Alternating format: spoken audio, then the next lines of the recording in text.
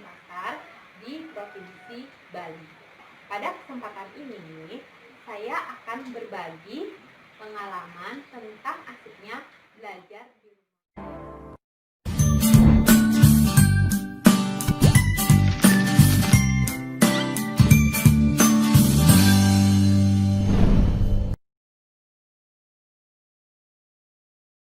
Saya sempat bingung bagaimana merancang pembelajaran di rumah agar tetap menyenangkan dan tujuan pembelajaran dapat tetap tercapai. Namun, mengingat saat ini teknologi sudah berkembang sangat pesat dan cepat sehingga berbagai teknologi seperti komputer, internet, dan media sosial lainnya sudah tidak asing lagi bahkan oleh hampir seluruh lapisan masyarakat. Pada abad 21, kita sebagai guru yang profesional senantiasa dituntut untuk kreatif, inovatif, serta mampu menguasai dan memanfaatkan teknologi tersebut.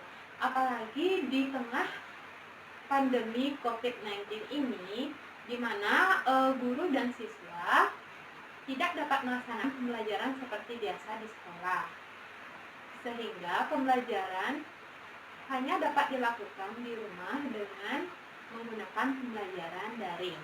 Oleh karena itu, saya berinisiatif untuk menggunakan beberapa aplikasi yang sekiranya masih dapat digunakan oleh siswa. Di antaranya, yang pertama, WA Group.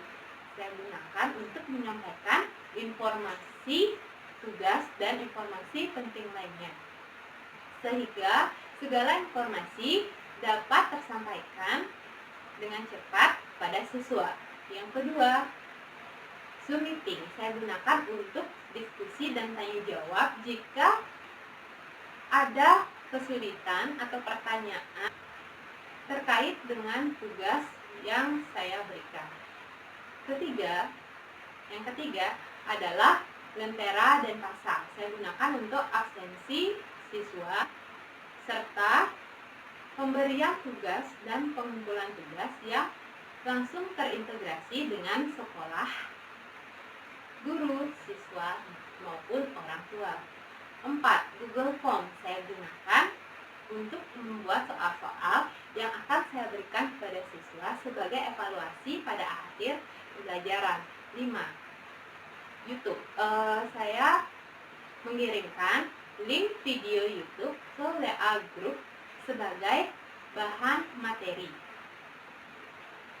Nah, selain itu saya juga memandu siswa untuk menggunakan portal Rumah Belajar untuk mencari bahan-bahan referensi yang dapat membantu siswa dalam belajar maupun mengerjakan tugas. Pembelajaran, saya menggunakan model pembelajaran Discovery Learning. Discovery Learning merupakan suatu model pembelajaran yang fokus pada keaktifan siswa dan pemberian pengalaman belajar siswa secara langsung. Berikut ini langkah-langkah pembelajaran dengan menggunakan Discovery Learning. Yang pertama, stimulation, yaitu pemberian rangsangan. Pada tahap ini, siswa diberi motivasi atau rangsangan untuk memusatkan perhatian pada topik yang telah diberikan dengan memberikan contoh tayangan video pembelajaran tentang virus yang diperoleh dari portal Rumah Belajar dan juga tayangan video pada YouTube. Yang kedua, problem statement, yaitu identifikasi masalah. Pada tahap ini, guru memberikan kesempatan pada siswa untuk mengajukan pertanyaan yang tidak dapat dipahami dari apa yang diamati atau pertanyaan untuk mendapatkan informasi tambahan tentang apa yang diamati dengan memanfaatkan aplikasi Zoom Meeting. Yang ketiga, data collection, yaitu pengumpulan data. Pada tahap ini, siswa mengumpulkan data atau informasi tentang topik yang diberikan dengan mencari sumber-sumber belajar yang relevan, baik itu dari buku, pencarian di Google, maupun melalui fitur sumber belajar dan pena pada Rumah Belajar. Yang keempat, data processing, yaitu pengolahan data. Pada tahap ini, siswa mengolah informasi yang sudah dikumpulkan dari hasil pencarian sumber-sumber belajar dan hasil diskusi dengan guru dan siswa lainnya, sehingga dapat menyelesaikan tugas video edukasi tentang COVID-19.